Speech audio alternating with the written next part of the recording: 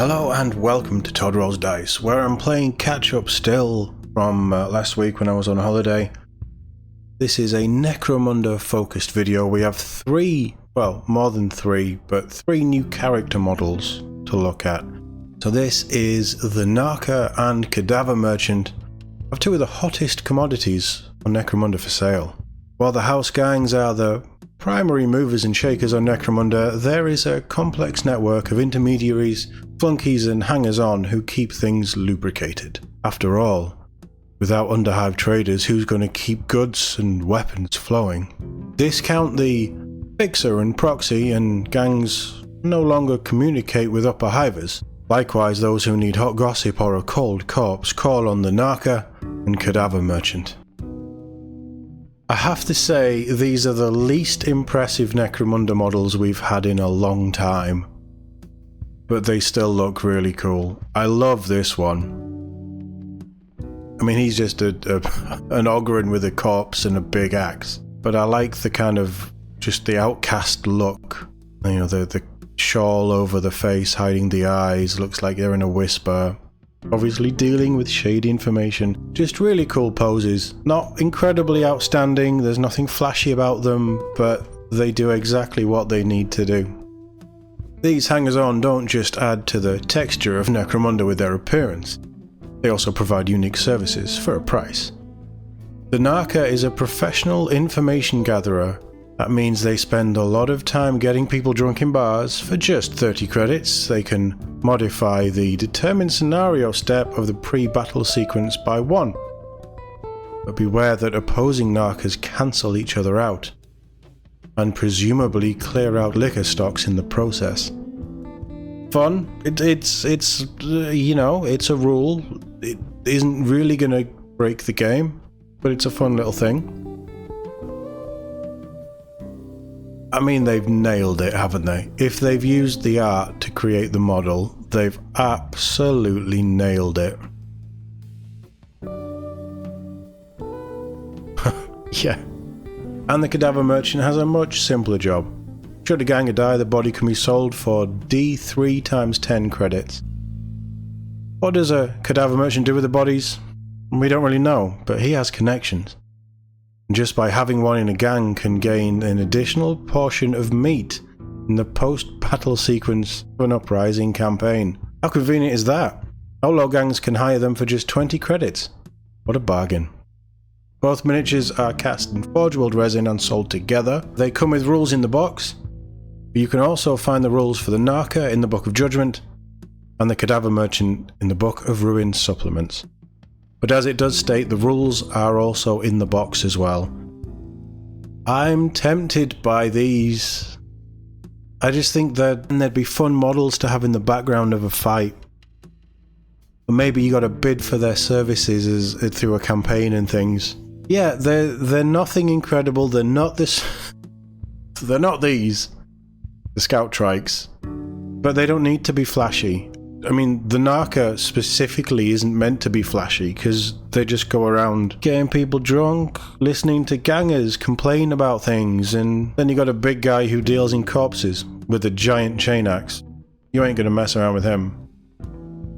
Really, really nice little characterful models add extra depth to the amazing world of Necromunda.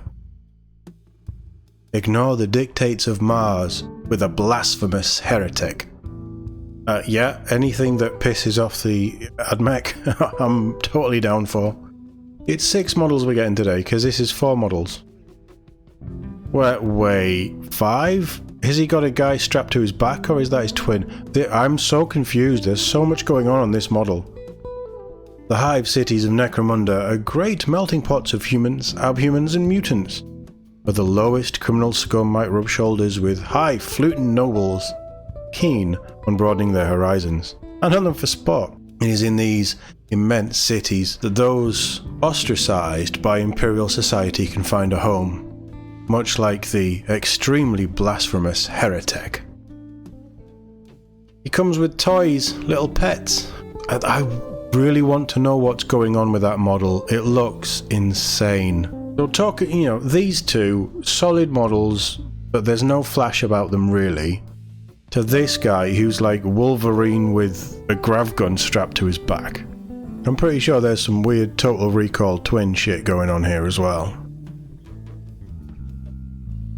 I love that model. It's so weird and twisted in Necromunda. Reckless investors who twist, subvert and reshape the sacred teachings of the Adeptus Mechanicus, heretics, are inveterate tinkerers who dismiss the last 10,000 years of technological stagnation enforced by the zealots of Mars, and spit at it by grafting a rubberied lackey onto their back and handing him a big old gun. Okay, I'm in.